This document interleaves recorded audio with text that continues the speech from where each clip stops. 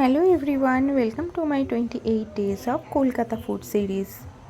Last কিছুদিন ধরে আমি খুব ব্যস্ত ছিলাম আর আমার শরীরটাও একদম ভালো ছিল না, তাই আজ তোমাদের সাথে ডে 8 আর ডে 9 এর খাবার সব একসাথে শেয়ার করব। শনিবার অর্থাৎ ডে 8-এ সকালে ব্রেকফাস্টে আমি এরকম একটা পনির পাফ খেয়েছিলাম মিও আমরের, আর দেন লাঞ্চে ফ্রাইড রাইস, স্যালাড আর একটু চিকেন কষা, আর ইভিনিংয়ে গিয়েছিলাম বুক ফেয়ারে এরকম কিছু স্ন্যাক্স খেয়েছিলাম, আর শেষে একটা ব্লুবেরি চিজ কেক খেয়েছিলাম। এটা আমার খুব ভালো লেগেছিল আর ফার্স্ট টাইমও ট্রাই করেছিলাম। আর ডিনারে এরকম ডাল সেদ্ধ আলু সেদ্ধ দিয়ে ভাত খেয়ে পরের দিন ব্রেকফাস্ট মানে ডে 9 সানডেতে একটু ম্যাগি খেয়েছিলাম, আর দুপুরে লাঞ্চে এরকম পাতলা ডিমের ঝোল, রাইস আর একটু চাটনি। এই ফ্রুট চাটনিটা আমার খুব প্রিয়।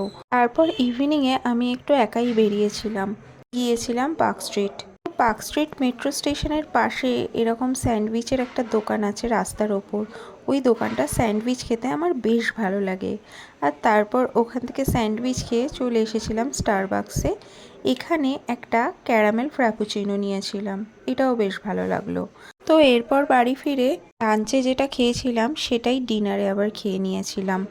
তো চলো আজ তাহলে টাটা, আবার কাল দেখা হচ্ছে।